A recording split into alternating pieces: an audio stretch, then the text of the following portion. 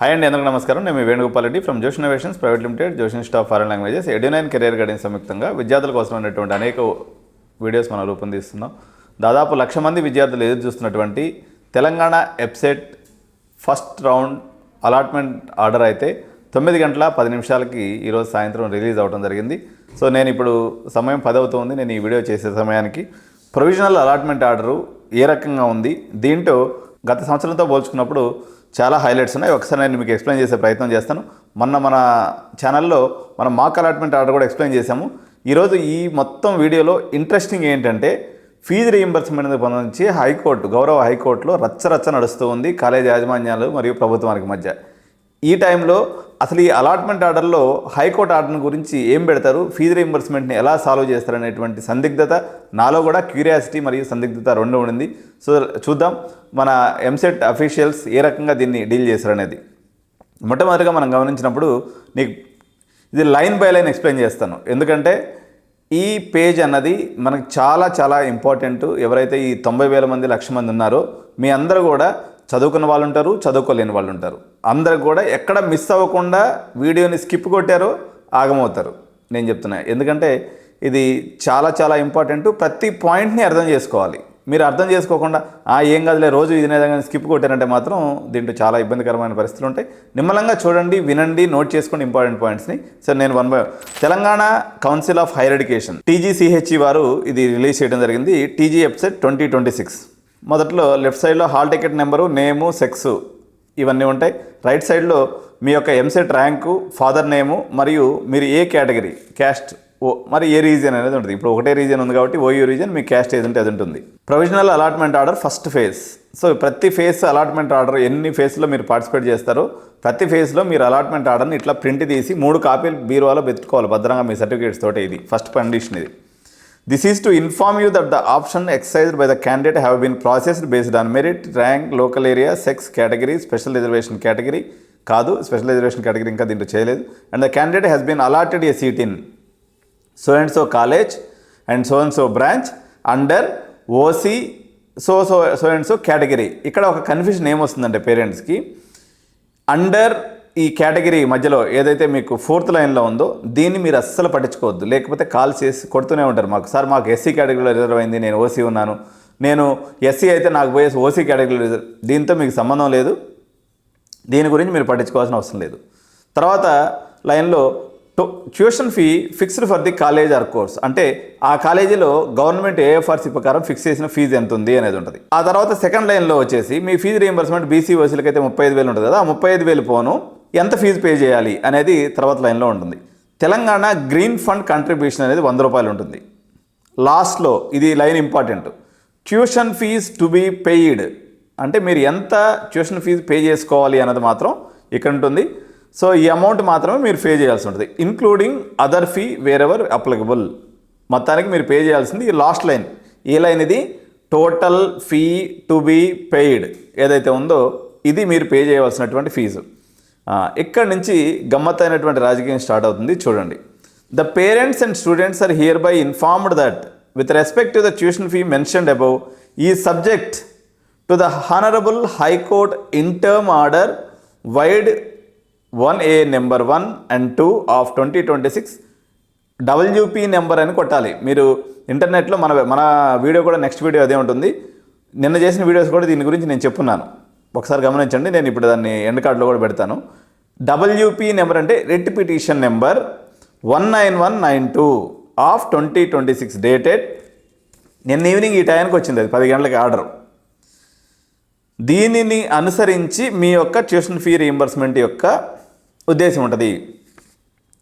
So ఇక్కడ for details please go through the website https tgepset.nic.in under the link fee honourable high court orders subject to final orders of the honourable high court the student has to pay the difference of the fee amount. So ఇది చాలా గమ్మత్తైనటువంటి GO, మీకు already అక్కడ కూడా ఉంది. నేను summary చెప్తున్నాను.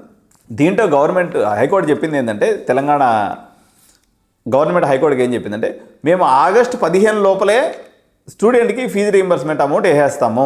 Example మీకు 1,00,000 రూపాయలు SC స్టూడెంట్ ఉన్నారు, ఫీజు రీయింబర్స్మెంట్ 1,00,000 రూపాయలు వస్తుంది. ఆగస్టు 15వ తారీఖు లోపల స్టూడెంట్ అకౌంట్లోకి DBT మెథడ్లో డైరెక్ట్ బెనిఫిట్ ట్రాన్స్ఫర్ మెథడ్లో స్టూడెంట్కి వెళ్తుంది. స్టూడెంట్ 1 వీక్ లోపల తీసుకొచ్చి అది కాలేజీలో కట్టాలి. ఇది నిన్నటి హైకోర్టు సారాంశం క్లుప్తంగా. సో మీకు అర్థమైంది కదా. దీంట్లో చాలా కిరికిరి ఉంది. మరి ప్రభుత్వం కాలేజీలు ఎలా రెస్పాండ్ అవుతాయి, ఎవరికి నచ్చినట్టు వాళ్ళు అన్వయించుకుంటారు. చిన్న కాలేజీలో ఒక రకంగా రెస్పాండ్ అవుతారు, పెద్ద కాలేజీలో ఒక రకంగా రెస్పాండ్ అవుతారు. కానీ గవర్నమెంట్ ఆగం చేసేటువంటి అవకాశం కూడా దీంట్లో లేకపోలేదు, లేదా ట్రాన్స్ఫర్ చేస్తుందో చూడాలి. ఇలాంటిది ఇంతకుముందు ఎప్పుడు జరగలే. ఫీజు రీయింబర్స్మెంట్ పెట్టి దాదాపు 10-15 ఏళ్ళు అవుతుంది. కానీ ఇది కొత్త రకంగా ఉంది, మాకు కొత్త రకంగా ఉంది, కాలేజీ వాళ్ళు కూడా కొత్త రకంగా ఉంది. దీని గురించి ఫుల్ వీడియో అయితే నెక్స్ట్ టైం నేను చేస్తాను. అసలు మొత్తం ఈ టూకీగా ఉంది. మొత్తానికి ఆగస్టు 15వ తారీఖు మీరా గవర్నమెంటా డబ్బులు కట్టాలి కాలేజీకి. ఇది ఈ జీవో యొక్క సారాంశం. మీరు భయపడినా లేకపోతే బాధపడ్డా మొత్తానికి సమ్మరీ అయితే ఇదే. ఇది మీరు గుర్తుపెట్టుకోవాలి. Next, the student belongs to SC, ST, BC, disabled minority will be considered for RTF. RTF ఏంటంటే reimbursement of tuition fee. Okay, as per the guidelines issued GOMS 9, GOMS 8 and GOMS 9. ఇవి 2 కొత్త GOs అనమాట. 6వ నెల 6వ తారీఖు ఇచ్చారు ఈ జీవోస్. ఈ జీవోల ప్రకారం మీకు ఈ ఫీజు రీయింబర్స్మెంట్ అనేది వస్తుంది. పెద్దగా దీంట్లో అర్థం చేసుకోవాల్సిన సబ్జెక్ట్ లేదు. మెయిన్గా మనకి అక్కడ హైలైట్ చేసినటువంటి లెటర్స్లో ఉన్నదే ఇంపార్టెంట్. మొత్తానికి ఏం చెప్తున్నా మళ్ళీ 2వ పాయింట్లో, మీ ఫీజు రీయింబర్స్మెంట్ అనేది honourable high court, honourable Telangana government చూసుకుంటుంది. ఎట్లా ఆర్డర్ ఉంటే అట్లా మీరు ఫాలో అయిపోవాలా. ఏం జరగద్దో చూడాలి. మొత్తానికి DVD ట్రాన్స్ఫర్ విధానంలో పేరెంట్స్కి చుక్కలే కనిపిస్తాయా, కాలేజీలో చుక్కలు కనిపిస్తాయా చూడాలి. మొత్తానికి ఎవరో ఒకరైతే ఇబ్బంది పడే అవకాశం గట్టిగా ఉంది దీంట్లో. The student belongs to SC, STస్కి అయితే పంచాయతీ ఏం లేదు, ఎందుకంటే ఇది సెంట్రల్ గవర్నమెంట్ ఫండ్స్ వస్తాయి కాబట్టి. మీకు 3వ లైన్ ఏదైతే ఉందో అది SC, STకి సంబంధించింది. ఓకే, ఇంకా ఇక్కడ ఇన్స్ట్రక్షన్స్ టు క్యాండిడేట్, ఇది చాలా important. Point number 1, first point నేనేం చెప్తున్నా, download allotment order, pay tuition fee through online, credit card ద్వారా కానీ, డెబిట్ కార్డు ద్వారా కానీ, నెట్ బ్యాంకింగ్ కానీ, UPI కానీ మీరు పే చేసుకోవాలి. Candidates, second point, candidates and parents are advised to make tuition fee payment from their own bank accounts, సొంత account నుంచి మాత్రమే మీరు ట్రాన్స్ఫర్ చేయాలి. In case of refunds if any, the amount will be remitted through bank online. ఎప్పుడైతే రేపు పొద్దున మీరు cancellation పెట్టుకుంటారో, మీరు మీ సేవ ద్వారా కానీ బంధువుల ద్వారా కానీ చేస్తే క్యాన్సిలేషన్ అయినప్పుడు అమౌంట్ వాళ్ళకి పోతుంది. కాబట్టి మీ సొంత అకౌంట్లు మాత్రమే వాడండి. ఒకవేళ వేరే ఇతర మీ సేవలు నేను చేసినా వాళ్ళ దగ్గర ఒక అక్నాలజ్మెంట్ తీసుకోండి, మేము ఇట్లా అమౌంట్ ట్రాన్స్ఫర్ చేసినాం. జనరల్గా అలా చేయొద్దు. వీలైన కాడికి మీ బ్లడ్ రిలేషన్లో లేకపోతే మీకు నియర్ అండ్ డియర్ నుంచే ఈ పేమెంట్ అనేది చేసుకోండి. So point number 4, allotment order మీద పే ఫీ బటన్ అనేది ఒకటి ఉంటుంది. సో దాని మీద కానీ కొడితే మీరు డైరెక్ట్గా పేమెంట్ గేట్వేకి డైరెక్ట్ చేయబడతారు. అక్కడి నుంచి డైరెక్ట్గా మీరు డీటెయిల్స్ ఎంటర్ చేసి పేమెంట్ మోడ్ సెలెక్ట్ చేసుకొని కంప్లీట్ చేయాలి. అంతా అయిపోయిన తర్వాత మీరు ఆ పేమెంట్ అయిన తర్వాత వచ్చేటువంటి రిసీట్ ఏదైతే ఉంటుందో దాన్ని కూడా ప్రింట్అవుట్ తీసుకోవాలి. ఆ ప్రింట్అవుట్లో ఉన్నటువంటి ఆన్లైన్ ఆర్డర్ ID నెంబర్ అనేది చాలా చాలా ఇంపార్టెంట్. రేపు పొద్దున సెల్ఫ్ రిపోర్టింగ్ చేసేటప్పుడు ఈ ఆన్లైన్ ID నెంబర్ని అక్కడ ఇవ్వాల్సి ఉంటుంది. సో పాయింట్ నెంబర్ 5 వచ్చేసి సెల్ఫ్ రిపోర్టింగ్ సిస్టమ్. ఇది చాలా ఇంపార్టెంట్. మేము పేమెంట్ చేసాం కదండి, మా సీట్ బుక్ అయిపోతుంది, మా సీట్ రిజర్వ్ అయిపోతుంది అనుకోవద్దు. పేమెంట్ చేసిన తర్వాత మళ్ళీ ఒకసారి సిస్టంలోకి ఎంటర్ అయ్యి సెల్ఫ్ రిపోర్టింగ్ సిస్టంలోకి వెళ్ళాలి. Logon to the website https://tgfset.nic.in, click on the self reporting system. Self reporting system అనే దాని మీద క్లిక్ చేయాలి. Details of the candidate along with order ID will appear. Verify your order ID number. ఇంతకుముందు మీరు order ఐడిని download చేసి పెట్టుకున్నారో దాన్ని చూడండి. క్లిక్ ఆన్ సబ్మిట్ బటన్ కొట్టంగానే జాయినింగ్ రిపోర్ట్ అనేది వస్తుంది. Take the printout. దాని మీద hall ticket number, rank, name, father name, allotted college, branch and admission number is also available. This activity is mandatory so as to confirm your admission. ఇది complete process పూర్తి చేస్తేనే మీ first ఫేజ్లో వచ్చినటువంటి seat అనేది ఉంటుంది. ఎన్నో తారీఖు లోపల పేమెంట్ చేయాలి? 14వ తారీఖు లోపల. అంటే ఇంకొక 4 days మాత్రమే పేమెంట్కి టైం ఉంది. ఒకవేళ 14వ తారీఖు లోపల చేయకపోతే మీకు వచ్చినటువంటి సీట్ అనేది ఆటోమేటిక్గా క్యాన్సిల్ అయిపోతుంది. పేమెంట్ చేయాలి, సెల్ఫ్ రిపోర్టింగ్ చేయాలి, ప్రింట్ తీసి పెట్టుకోవాలి. ఇవన్నీ మ్యాండేటరీ కార్యక్రమాలు చేసి తీరాలన్నమాట. సార్ మాకు సీట్ వచ్చింది, మా హక్కు అనడానికి లేదు. ఇవన్నీ చేసినటువంటి వాళ్ళకే మీ హక్కు మీకు గుర్తొస్తుంది. బాధ్యతలు చేసినప్పుడే మీ హక్కు అనేది ఉంటుందన్నమాట. So point number 7, first phase తర్వాత కాలేజీకి పోవాలా? చట్ట ప్రకారం అయితే కాలేజీకి పోవాల్సిన అవసరం లేదు. కాలేజీ వాళ్ళకి ఎటువంటి జెరాక్స్ కాపీస్ మీరు ఇవ్వాల్సిన అవసరం లేదు. కానీ మీకు వచ్చినటువంటి కాలేజ్ చూసుకోవడం అవసరం కాబట్టి మీరు ఒకసారి కాలేజీకి వెళ్ళి రావడం కూడా ఇంపార్టెంట్. అది మంచి చెడు చెక్ చేసుకునే దానికి మీకు ఆప్షన్ దొరుకుతుంది కాబట్టి కాలేజీకి వెళ్ళండి. జెరాక్స్ సెట్లు ఇస్తే ఇవ్వండి, కానీ మీకు కన్ఫామ్ అనుకుంటేనే ఇవ్వండి తప్ప జనరల్గా అవసరం లేదు. సెకండ్ ఫేజ్ తర్వాత 25 నుంచి 28వ తారీఖు లోపల అప్పుడు మీరు సెకండ్ ఫేజ్ కౌన్సిలింగ్ అయిపోతుంది కాబట్టి జెరాక్స్తో పాటు టీసీ ఇవ్వమని చెప్తారు. ఇది పాయింట్ నెంబర్ 7లో ఉన్నటువంటిది. ఇక్కడ ఒక గమ్మత్తు ఉంది. చట్టం తన పని తాను చేసుకోబోద్ది, లోపాయికారి ఒప్పందాలు కన్వెన్షన్స్ అనేవి ఎప్పటికీ ఉంటాయన్నట్టుగా మీరు టీసీ ఇస్తే ఏ కాలేజీ కూడా అడ్మిషన్ తీసుకోడు. కంపల్సరీగా మొత్తం 10th ఇంటర్మీడియట్ టీసీ 4th నుంచి ఇంటర్మీడియట్ అంటే మీరు సర్టిఫికేట్ వెరిఫికేషన్ పోయినప్పుడు ఏదైతే డాక్యుమెంట్స్ ఇస్తారో అవి మొత్తం కాలేజీకి హ్యాండ్ ఓవర్ చేయవలసిందే. ఇది రాయని రాజ్యాంగం. ఇది మీరు గుర్తుపెట్టుకోండి, దానికి మీరు ప్రిపేర్ అవ్వండి. ఓకే, ఆ 25 నుంచి 28 లోపల మీరు కానీ ఆ కాలేజీలో కానీ ఇవ్వకపోతే మీ యొక్క second phase allotment order cancel అయిపోతుంది. సో పాయింట్ నెంబర్ 8, ఎవరైతే ఫస్ట్ ఫేజ్ అలాట్మెంట్తో మీకు ఇదైపోతారో ఓకే అనుకుంటారో వాళ్ళు మళ్ళీ సెకండ్ ఫేజ్కి పోవాల్సిన అవసరం లేదు.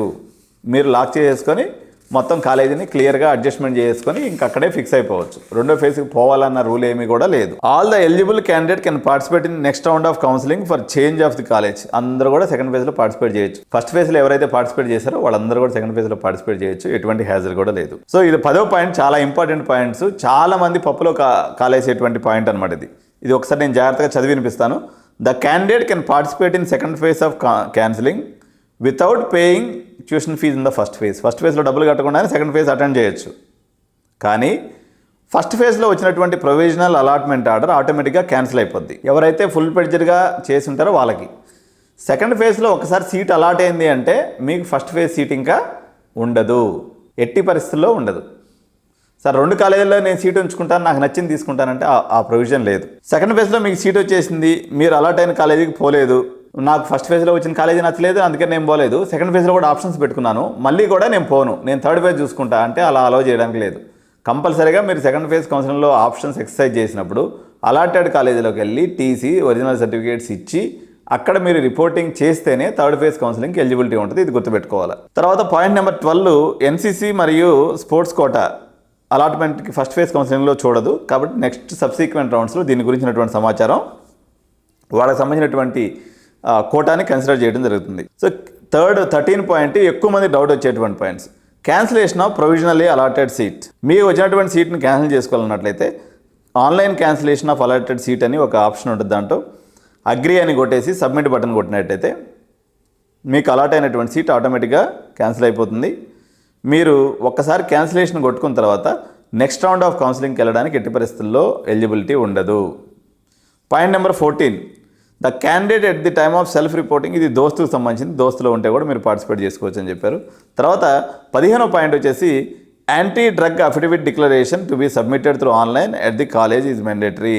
అంటే ఈ రోజుల్లో ఏంటంటే తాగుబోతులు ఎక్కువైపోయారు అనమాట. ఈ డ్రగ్స్ పంచాయతీ విపరీతంగా ఉంది, మొత్తం దేశవ్యాప్తంగా ఇదే ఉంది. Candidates are informed to verify the okay, అందువల్ల మేము డ్రగ్స్ వాడితే శిక్షార్హమైన నేరం అన్నట్టుగా ఒక అఫిడవిట్ ఉంది. నేను నెక్స్ట్ వీడియోలో చేస్తాను దాని గురించి. ఎట్టి పరిస్థితుల్లో డ్రగ్స్ వాడమని చెప్పేసి ఒక అండర్టేకింగ్ కూడా ఇవ్వాలి. దీంట్లో ప్రధానంగా వచ్చేటువంటి మెయిన్ హిక్అప్స్ ఏంటంటే డెబిట్ కార్డు, క్రెడిట్ కార్డులో, యూపీఐలో మీకు లిమిట్స్ ఉండవు. ఇప్పుడు యూపీఐలో చేద్దామని మీరు అనుకొని ఉంటారు. యూపీఐ వచ్చేసి లిమిట్ 1 lakh వరకే ఉంటుంది కదా. ఇక కొన్ని కాలేజీలో ఫీజు 1.3, 1.5, 2 lakhs కూడా ఉంది. సరే యూపీఐ ఇవ్వట్లేదంటే ఖచ్చితంగా మీరు డెబిట్, క్రెడిట్ కార్డుని మెయింటైన్ చేసుకోవాలి. దాంట్లో లిమిట్స్ ఉన్నాయో లేదో చెక్ చేసుకోవాలి. ఆన్లైన్ పే చేయడానికి లిమిట్ ఉందో లేదో చెక్ చేసుకోవాలి. ఓకే, సో ఇదండి అలాట్మెంట్ ఆర్డర్ గురించి. నాకు తెలిసి తెలంగాణలో ఎడ్యు9 ఫస్ట్ వీడియో రిలీజ్ చేసింది. మీకు ఏదైతే వచ్చినటువంటి కాలేజీలో ఇంట్రెస్ట్ లేకపోతే Edu9 is the best place and senior most education consultancy in education area to do management admissions. College కన్నా ఒక 50,000, 25,000 తక్కువలో అడ్మిషన్ చేస్తాం తప్ప మీకు ట్రస్టెడ్ రిసోర్స్, ఎక్కడ ఇబ్బంది లేకుండా మీకు అడ్మిషన్ ప్రాసెస్ చేసి పెడతాం. చిన్న కాలేజీ నుంచి పెద్ద కాలేజీ దాకా మొహమాటం లేకుండా రండి. ఇప్పుడు మా దగ్గర ఎటువంటి కన్సల్టేషన్ ఫీజెస్ కూడా మేము తీసుకోవట్లేదు. డైరెక్ట్గా వాకిన్ అయ్యి మా కౌన్సిలర్తో మాట్లాడండి. మీరు దాని ప్రకారంగా మీ సీట్ అరేంజ్మెంట్ చేసుకోండి. Thank you so much. జై హింద్, జై భారత్.